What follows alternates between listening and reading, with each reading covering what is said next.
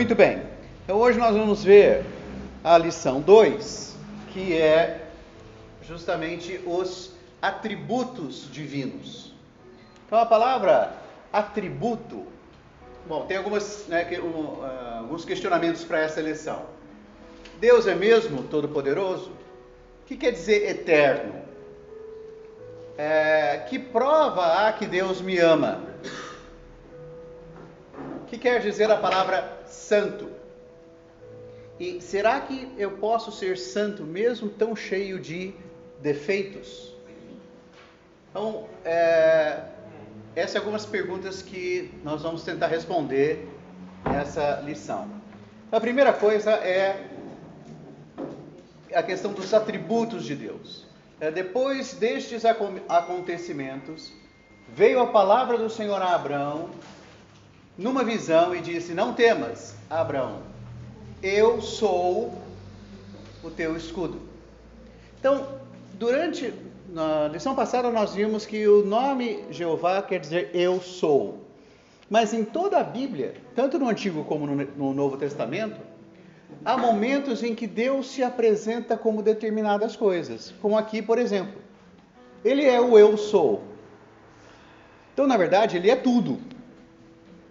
Mas em certos momentos ele se apresenta como algo específico, de acordo com a necessidade da pessoa. Então aqui, Abraão certamente estava com medo, porque ele disse: não temas. Certo? Você não vai falar não temas para quem não está com medo. Então, quando Deus falou isso para Abraão, Abraão estava com medo. E o eu sou se apresentou como o quê? Como um escudo. Eu sou teu escudo. Então, em vários lugares na Bíblia, Deus se apresenta como certas coisas, como certos itens, segundo a nossa necessidade. Então, isso é um atributo de Deus. Depois ele fala, outra vez que ele lhe apareceu, ele diz: eu sou o Deus Todo-Poderoso. Ou seja, o Deus que pode todas as coisas.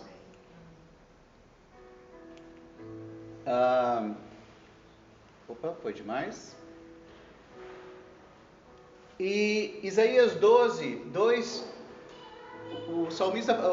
o profeta fala assim: eis que Deus é a minha salvação, confiarei e não temerei, porque o Senhor é a minha força e o meu cântico. Ele se tornou a minha salvação. Então, não só o Senhor se apresenta como certos itens, mas também há momentos em que nós o reconhecemos como certos itens, como Isaías apresenta aqui. E no Novo Testamento, o Senhor também se apresentou como certos itens. Ele diz: eu sou a luz do mundo. Quem me segue não andará nas trevas. Ou, enquanto estou no mundo, sou a luz do mundo. Ele também diz: eu sou a ressurreição e a vida. Eu sou o caminho, a verdade e a vida. Então, esses versículos mostram itens que Deus é. E, embora seja muito vasta, a Bíblia não esgota tudo o que Deus é, porque Ele é, como nós vamos ver, infinito. Mas Ele se apresenta para nós segundo a nossa necessidade, para suprir tudo aquilo que precisamos. Então, o que é um atributo? Nós vamos ver os atributos divinos. O que é um atributo? É uma característica própria e peculiar de alguém ou de alguma coisa. Aquilo é próprio dele, aquilo é um atributo dele, é algo particular, peculiar, exclusivo dele.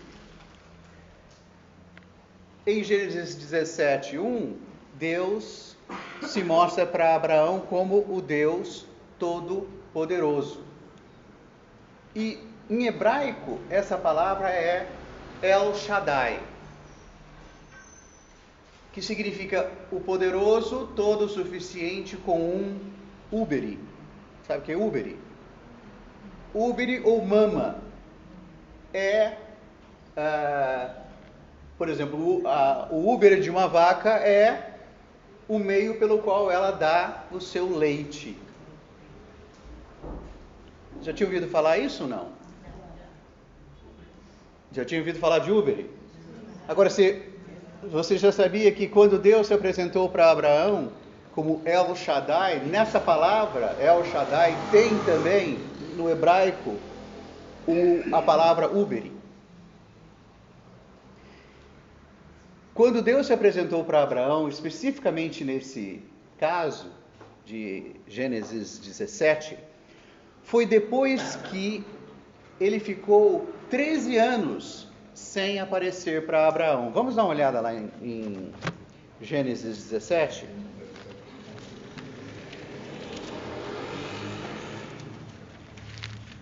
Vocês devem se lembrar da história. Deus chamou Abraão,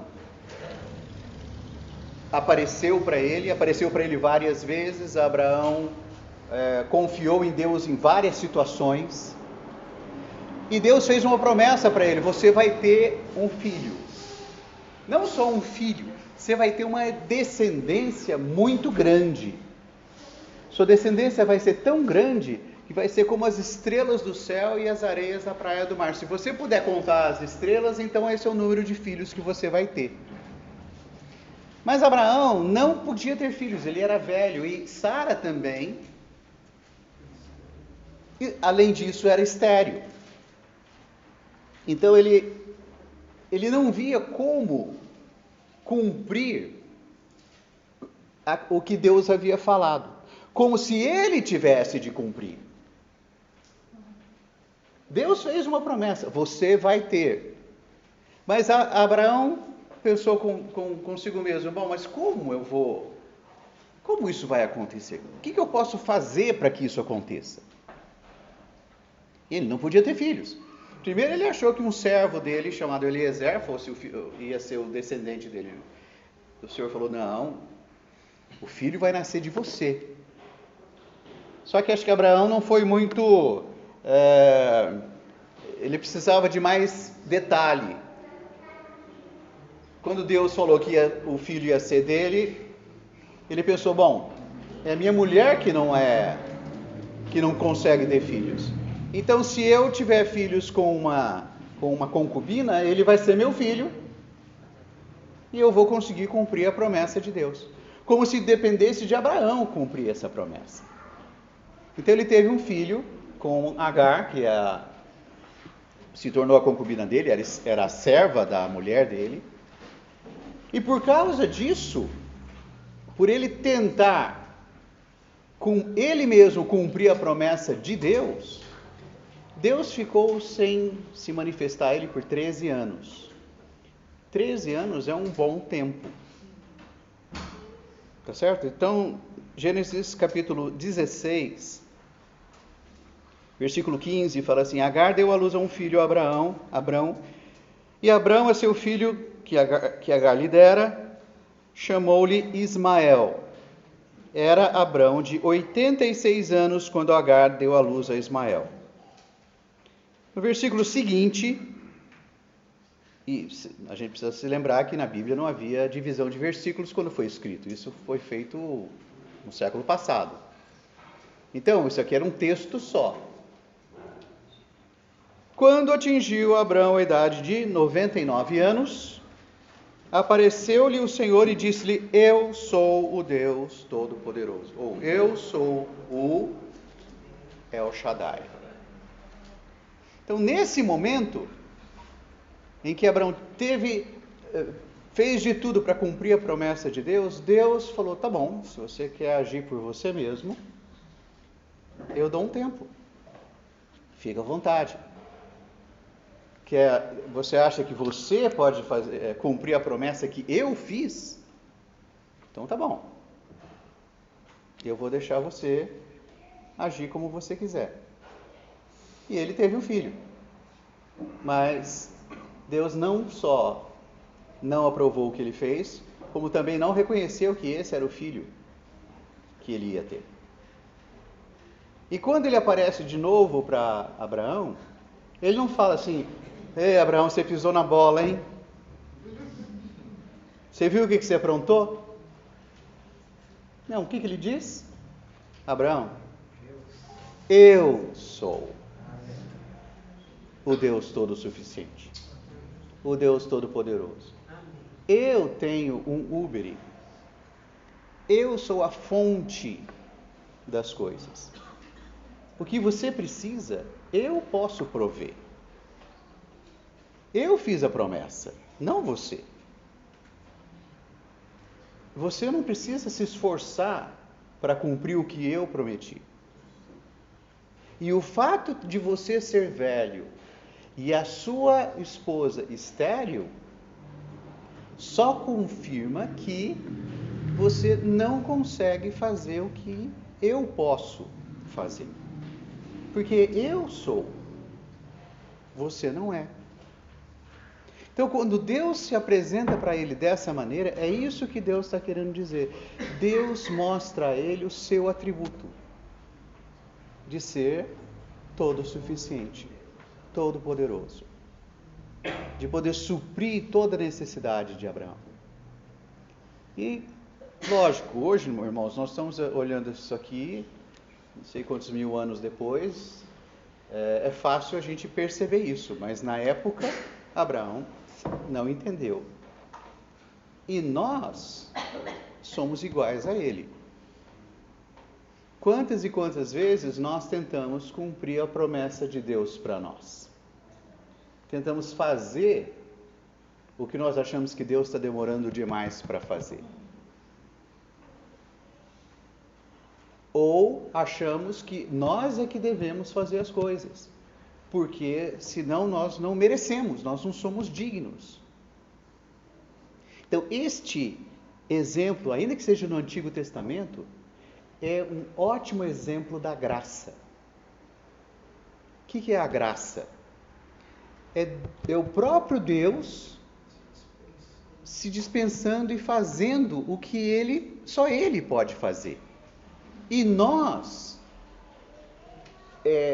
usufruímos tudo isso de graça, sem o nosso esforço, sem as nossas aptidões, habilidades. Pelo contrário, quando nós não podemos, aí é que a graça de Deus entra. Por isso, muitas vezes, o que Deus faz? Ele dá um passo para trás e espera que a gente perca as forças. Faça tudo o que podemos fazer, façamos tudo o que podemos fazer, até que as nossas forças se esgotem. Quando isso acontece, ele volta e fala assim: eu sou o Deus Todo-Poderoso. Eu posso fazer. Eu posso suprir. Esse, irmãos, é um dos maiores atributos divinos. E nós precisamos nos lembrar disso no dia a dia, nas nossas situações. Porque é muito próprio nosso querer fazer as coisas ou para ajudar a Deus, ou para adiantar o trabalho para Ele, ou porque nós achamos que Ele perdeu a hora, não é? Em certos momentos, nós estamos atrasados em relação a Deus, principalmente na questão de obedecer. Agora, em muitos momentos, nós achamos que Deus está atrasado, né? Na questão de Ele nos obedecer. Não é isso? Então, se Deus está atrasado, é melhor eu dar um jeito. E aí, o que acontece? Deus fala: tá bom, fique à vontade, eu dou um tempo. E foi isso que aconteceu aqui na vida de Abraão. Deus deu um tempo e deixou Abraão à vontade para fazer o que ele queria. E o resultado foi Ismael. Ismael gerou os árabes, que até hoje dão problema para Israel. Tá certo? E nós, irmãos, muitas vezes geramos vários Ismaéis na nossa vida, que vão nos perseguir a vida toda. Por quê? Porque não deixamos Deus cumprir a promessa dele. Então que a gente aprenda com essa experiência de Abraão na nossa vida e possamos desfrutar esse atributo divino, né? Que é essa provisão. Então devemos confiar na provisão todo suficiente de Deus para todas as nossas necessidades e saber que é por meio dele que podemos viver, podemos servi-lo e podemos fazer as coisas por ele. Não é por nós mesmos. Tá certo? Então, esse é um dos principais atributos de Deus. Outro item é que Deus é a nossa salvação. Salmos 35, 3. Isso aparece em várias passagens. Esta é uma delas.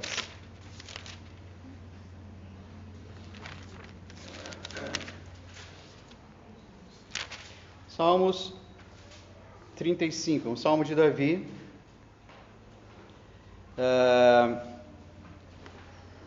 A partir do versículo 1 ele fala: contende, Senhor, com os que contendem comigo.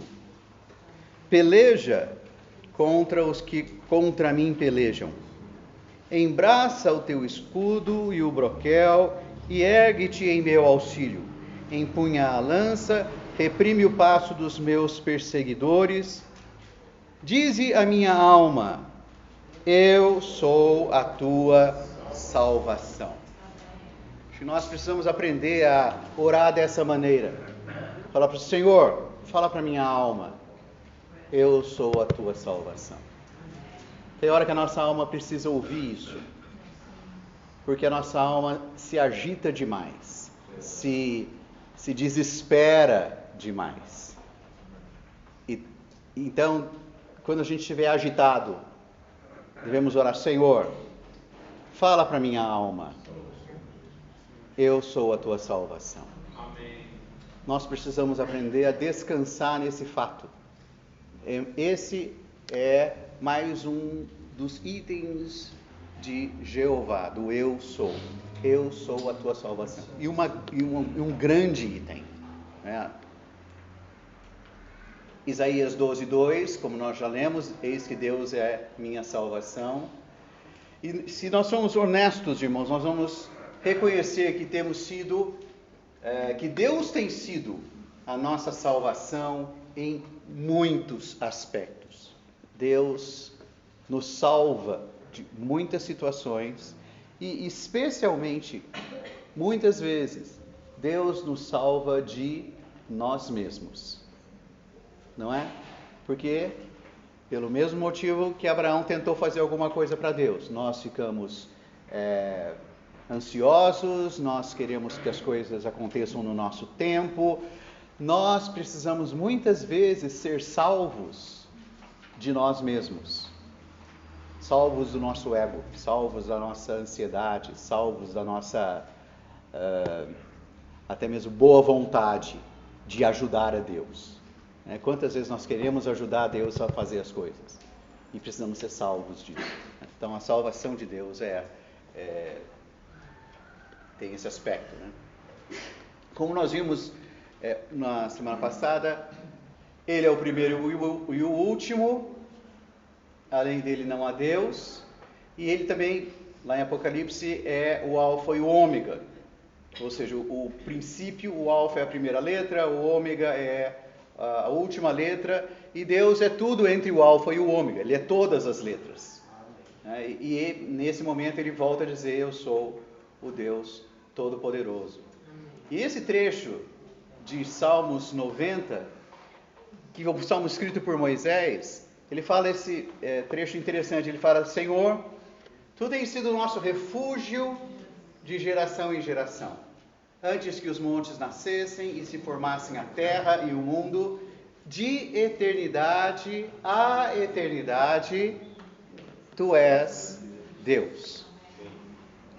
De eternidade a eternidade. Quando nós virmos a questão da criação de Deus e do plano eterno de Deus, nós vamos entrar em mais detalhes com relação à eternidade versus o tempo. Mas nós temos de imaginar o seguinte: no princípio havia o quê? Deus. Só. Não havia mais nada, não havia mais ninguém, e não havia o tempo. Tempo foi uma criação de Deus. O tempo é uma criação de Deus. Deus criou o tempo. Antes de haver tempo, havia o quê? Eternidade. Deus na eternidade. Nós não sabemos exatamente o que é isso, porque nós fomos criados no tempo. Então, para nós entender o conceito de eternidade, nem sempre é fácil. Eternidade é algo que não tem começo, não tem fim. E para nós é complicado entender isso, que não tem, porque na nossa vida tudo tem começo e fim. Aí algumas coisas parece que não tem fim. A gente gostaria que tivesse, mas parece que não acabam. Né? Mas por quê? Porque Deus, no seu plano, decidiu cumprir, executar o seu plano. Ele planejou algo. E ele resolveu executar esse plano no tempo. Então ele criou o tempo para ser o ambiente, a esfera em que ele executa o plano dele. Uma vez que o plano dele estiver cumprido, Deus não vai precisar do tempo mais. O que nós vamos ter de novo? A eternidade. Então esse versículo fala: antes que os montes nascessem, antes que a terra e o mundo se formassem, de eternidade a eternidade, Ele é Deus. Então, hoje nós estamos nesse momento inserido por Deus para que Ele realize o plano dele. Mas uma vez que Ele cumpre o plano dele, Ele não precisa mais do tempo. Certo? No Novo Testamento, em Apocalipse, no final fala que o novo céu, o velho céu e a velha terra passaram. Nós teremos um novo céu e uma nova terra. Por quê? Porque o velho céu e a velha terra já cumpriram o propósito deles, então o Senhor já não precisa deles. Então, ser eterno é um atributo divino. Só Ele é. Ele tem essa característica. Deus é eterno. Essa é uma característica dele. Então, o que quer que ele seja é eterno. Por isso que aqui Moisés fala assim: Senhor, Tu tens sido nosso refúgio de geração em geração. Uma geração passa, outra geração vem, o tempo continua, mas o Senhor continua sendo o nosso refúgio. Por quê? Porque Ele é eterno. Ele é Deus. Essa é uma característica. E é uma característica que pode ser a nossa experiência, o nosso desfrute hoje.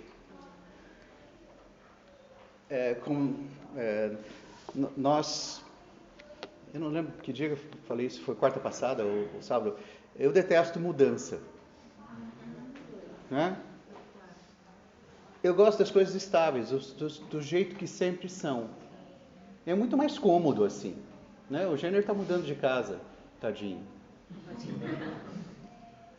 Aí que você descobre quanta tranqueira se acumulou nesses anos todos, não é? Então, por quê? Mexe com a nossa estabilidade. Nós queremos estabilidade. Isso é uma característica divina. Deus é estável. Então, o fato de nós queremos estabilidade é um reflexo da característica de Deus, porque nós somos criados à imagem dele. Então, quando a gente quer estabilidade, quando a gente quer segurança, isso não é como dizer,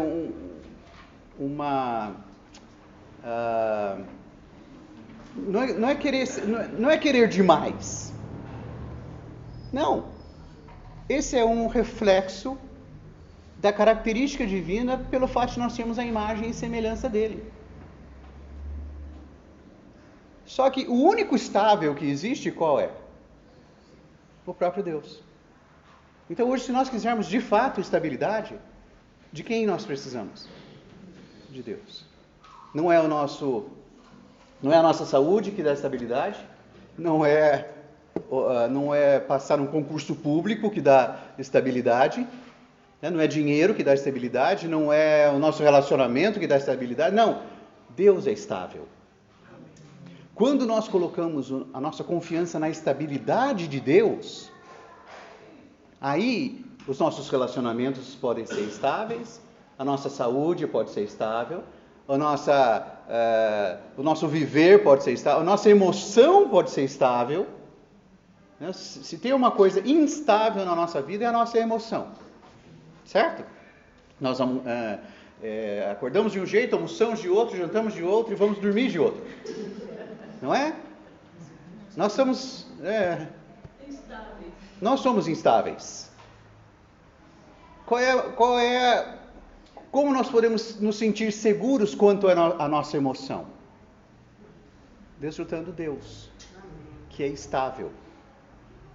Então a nossa estabilidade, irmãos, precisa ser colocada em Deus, não em qualquer outra coisa. E nem mesmo, entenda o que eu vou falar, nem mesmo nos irmãos, nem mesmo na igreja. Porque a igreja é composta de muitos instáveis. Não é? E se nós começarmos a olhar para a instabilidade uns dos outros, a gente para.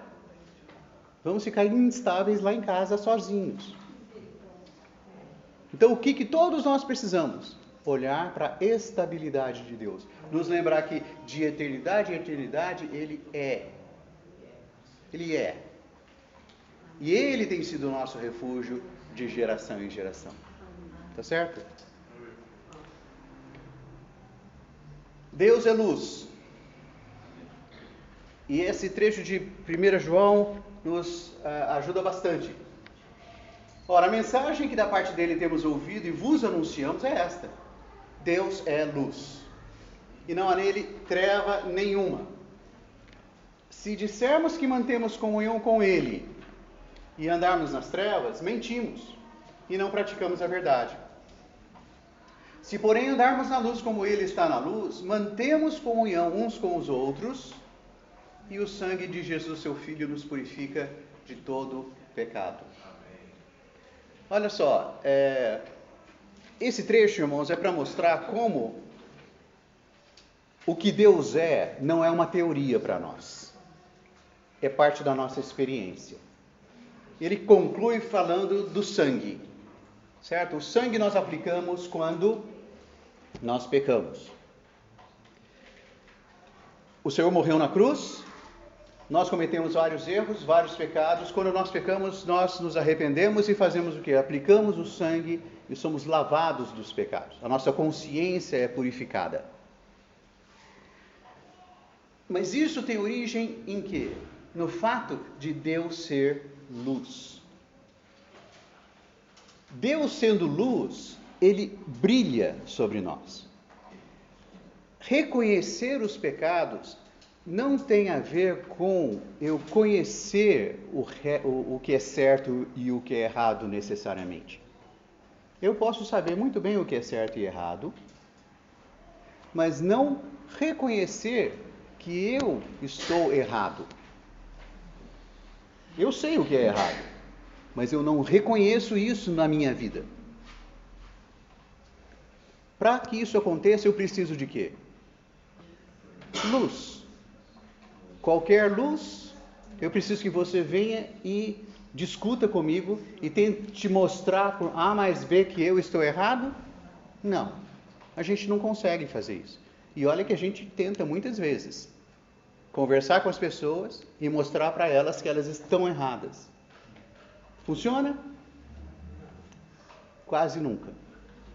E se ela reconhecer, isso não é prova. Aliás, não é prova, não é garantia de que ela vá se arrepender. Agora, quando Deus vem e brilha e ilumina, não há argumentos. O que são trevas? Falta de luz. A ausência de luz. Se nós apagarmos a luz aqui dentro, o que vai acontecer? As trevas dominam. E para que elas vão embora, o que nós devemos fazer? Acender a luz. Deus é luz. Quando Deus vem com esse aspecto, como luz, ninguém discute, ninguém argumenta. Todas as nossas desculpas caem por terra. Não, mas não tem mais, nem menos. A gente cede, a gente se rende. Essa experiência foi o que aconteceu quando nós cremos no Senhor inicialmente. A nossa salvação inicial se deu exatamente por isso. Não foi porque alguém discutiu conosco, mostrou para nós, nos convenceu com argumentação. Não. A luz brilhou. Quando a luz brilhou, nós não tivemos escolha. Nós reconhecemos, não, eu sou pecador. Eu não consigo por mim mesmo. É o que ele diz. Essa é a mensagem. Deus é luz, não há nele treva alguma.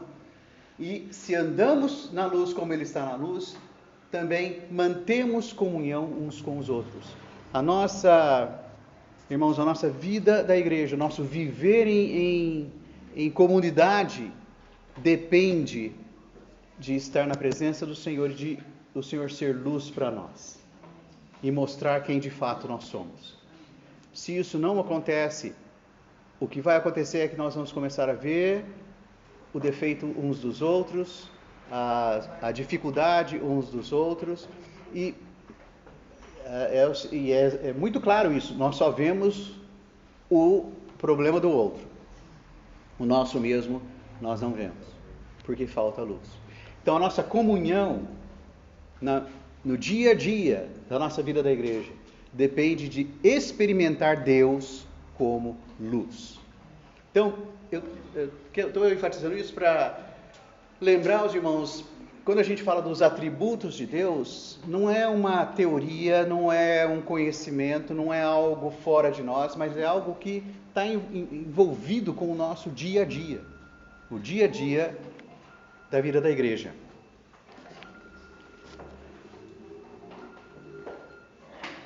E então, na presença de Deus é impossível que as trevas permaneçam.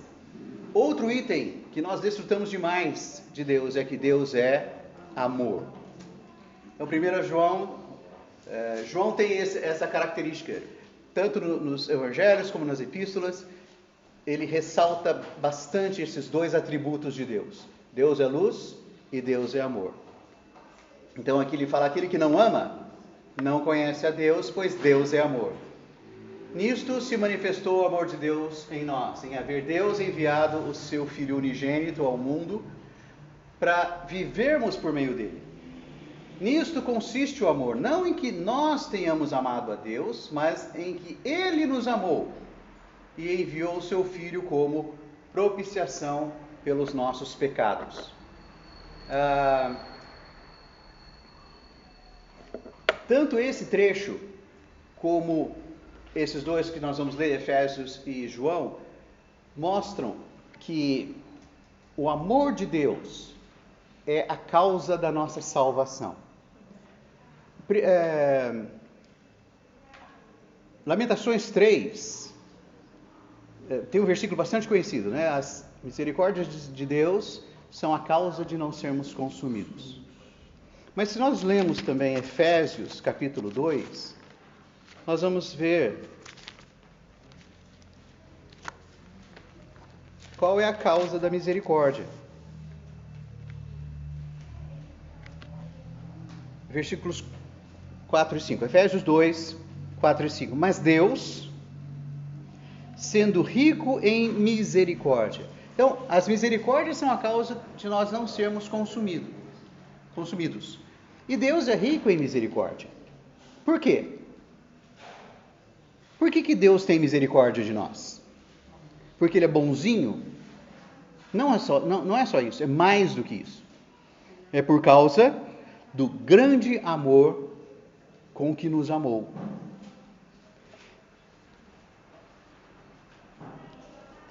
Sabe hoje é dia dos namorados, certo? Tem aquela história, né? O cara tá cego de amor, né? Não importa o que ela faça, ele está apaixonado, ele não vê nada. Em certo sentido, irmãos, Deus está cego de amor pelo homem, cego de amor por nós. Isso não quer dizer que Ele não veja os nossos defeitos, que Ele não veja os nossos pecados, que Ele desconsidere isso. Não.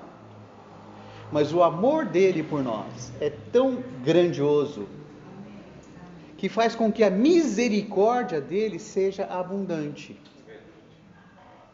O que é misericórdia? É aquilo que Deus exerce para o miserável. Quanto mais miseráveis nós somos, mais misericórdia Deus precisa exercer. E, honestamente, irmãos, nós não gostamos de miseráveis. Certo? Mas Deus nos ama. E mesmo sendo miseráveis, Deus tem misericórdia. E a misericórdia dele foi que fez, e por causa do amor dele, foi que fez que ele enviasse seu filho. Tanto que João 3,16, que é um versículo bastante conhecido, Deus amou o mundo de tal maneira que enviou seu Filho unigênito para que todo que nele crê não pereça, mas tenha a vida eterna. O que fez Deus enviar seu Filho? O amor. E mais do que Deus ter amor, Deus é amor. Tanto que nesse trecho fala assim, não que nós tenhamos amado a Deus, mas em que Ele nos amou. Nós só amamos porque Ele nos amou primeiro. Se Ele não tivesse nos amado, nós não amaríamos a Deus. E por que nós amamos tanto a Deus? Porque nós vemos a nossa situação miserável e vemos como Ele nos amou. Foi o amor dele, irmãos, foi o amor dele que fez com que Ele mesmo cumprisse a justiça dele. Isso precisa ficar claro para todos nós o tempo todo. Não é que Deus falou assim, no dia que você comer da árvore do conhecimento do bem e do mal, você vai morrer. Adão comeu. Mas Deus amava tanto Adão que ele falou assim, tá bom, vai, dessa vez passa. Muitos pais são assim, né? Fala, se você fizer isso, mas depois nada acontece. Deus não pode ser assim, porque é uma questão de justiça. Se Deus quebrar a justiça dele, o diabo vai falar para ele assim, você não é justo. Você me tratou de um jeito, você tratou o homem de outro jeito. Daí a base da autoridade de Deus desaba. Então Deus não podia deixar de cumprir o que ele falou. O homem precisava morrer. Só que se o homem morresse, todo o plano de Deus acabaria, porque o homem é o centro do plano de Deus. Sem o ser humano, Deus não cumpre o seu plano. Então Deus parecia que estava numa encrenca danada, porque se ele cumprisse a palavra dele, ele não cumpria o plano dele. Se ele tentasse cumprir o plano dele e passasse por cima da palavra dele, toda a autoridade dele desabava, não haveria mais a autoridade de Deus, e o diabo ia prevalecer. Então, o que Deus fez? A coisa mais sensacional do mundo. Deus foi um gênio. Ele se fez homem. Ele se fez homem, se vestiu da natureza humana, se vestiu da carne, mas sem pecado. E nessa carne estava o quê? Não nele, mas ele se vestiu da carne pecaminosa. E o que ele fez com essa carne? Ele tentou melhorá-la? Tentou consertar a situação? Não, ele fez uma coisa só com ela. Foi para a cruz. Quando ele foi para a cruz, com aquela carne, embora ele não tivesse pecado, o pecado foi junto. O mundo foi junto. O velho homem foi junto. As ordenanças foram juntas. E o mundo foi junto. E sabe o que mais? O diabo foi junto. Então, aquilo que o diabo achava que ia ser a grande derrota de Deus, foi a grande derrota dele mesmo. Quando Adão pecou, o diabo se injetou na carne do homem. Quando o Senhor foi à cruz, ele pegou essa carne e levou com ele. E o diabo foi esperneando, mas foi. E foi crucificado ali. E o Senhor então realizou a salvação por nós. Amém. Por que ele fez isso? Por amor. Tudo o que o Senhor Jesus passou, tudo que ele sofreu, tudo que aconteceu com ele, foi porque ele nos amou. Amém. E quando nós tocamos isso, ou quando somos tocados por isso, o que acontece? Nós amamos a Deus. Por isso diz que não que nós tenhamos amado, mas Ele nos amou. E porque Ele nos amou e nós vemos esse grande amor dele, nós o amamos de volta. Então, irmãos, esse é um atributo de Deus. Deus é amor. Deus é amor. Ok? Deus é santo. Em Levítico o Senhor afirma várias vezes para os filhos de Israel: eu sou santo. E ser santo significa ser único, ser sem igual, singular, separado. Tanto que esse versículo que nós lemos em Isaías 45 fala: eu sou o Senhor e não há outro. Além de mim, não há Deus. Isso significa o quê? Eu sou santo. Não existe nada além de mim. Não existe ninguém igual a mim. Então, santidade, irmãos, isso é bom que a gente perceba. Santidade significa que não há outro igual. É único. É separado. Existe outro igual a Deus? Não. Então, quando ele fala que ele nos santifica, significa que ele nos separa para ele. Quando nós somos, antes de ser do Senhor, nós éramos como todos os seres humanos, pessoas caídas, sem Deus, inimigos de Deus, distantes de Deus e tal. Um dia o Senhor aparece para nós e nos separa dos demais, para Ele. Isso é santificação.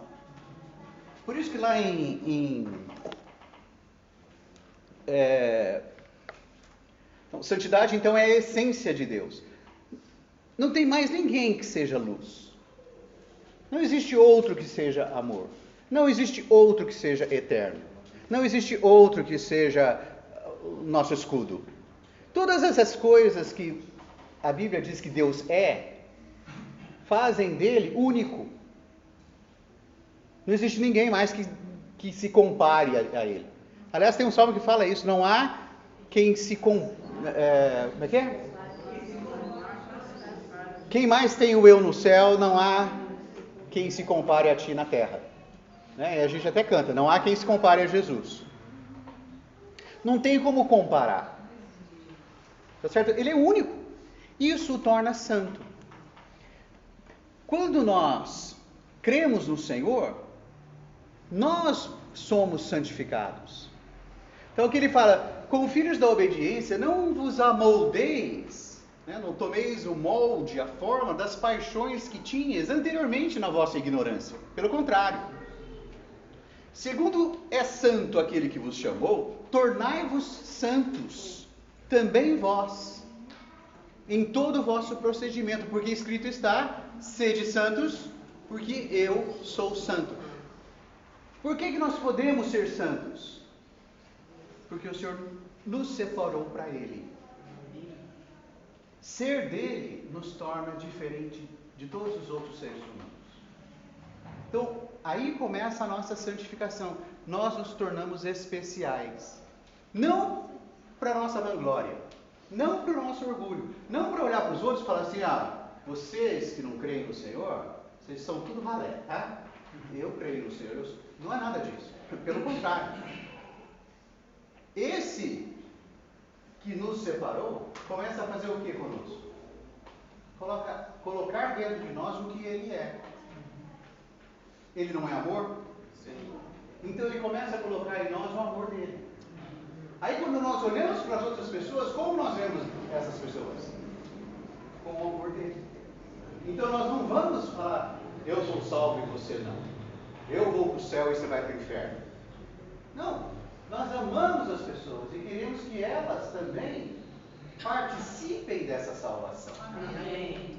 Essa é a santificação de Deus. Deus começa a fazer de nós um reflexo dele, uma expressão dele. E o que ele é começa a se expressar em nós. Ele é amor, ele começa a expressar o amor dele em nós. Ele é luz, nós começamos a nos tornar luz também. Por isso que o Senhor Jesus disse, vós sois a luz do mundo. Paulo fala que nós devemos resplandecer como os luzeiros do mundo. O que é isso? É o trabalho de Deus de colocar em nós mais dos seus atributos, mais das suas características. Essa é a santificação. E isso então nos torna uma nação santa e um povo de propriedade exclusiva de Deus. Né? Vós, porém, sois raça eleita, sacerdócio real, nação santa, povo de propriedade exclusiva de Deus, a fim de quê? De proclamar, de exibir, de mostrar, expressar as virtudes daquele que vos chamou das trevas para a sua maravilhosa luz. Essas virtudes são os atributos de Deus. Vós sim, que antes não erais povo, mas agora sois povo de Deus, que não tinhas alcançado misericórdia, mas agora alcançastes misericórdia. Então o que o Senhor está fazendo conosco? Com esse monte de gente que não tinha misericórdia, que estava nas trevas e tudo mais. O Senhor está trabalhando em nós para a gente proclamar essas virtudes, esses atributos divinos para as pessoas no nosso viver. Quando Deus concluir a obra dele, irmãos, quando ele remover de nós toda a nossa herança de Adão e depositar em nós tudo que ele é, né, as características, as virtudes, os atributos, o amor, a luz, a misericórdia, tudo que Deus é, ele vai depositando em nós, nós vamos exibi-lo para todo o universo.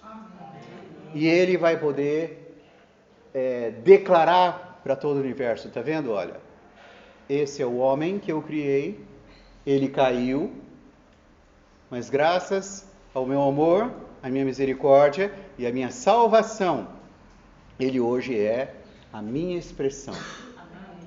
E um dia então nós seremos a expressão de Deus.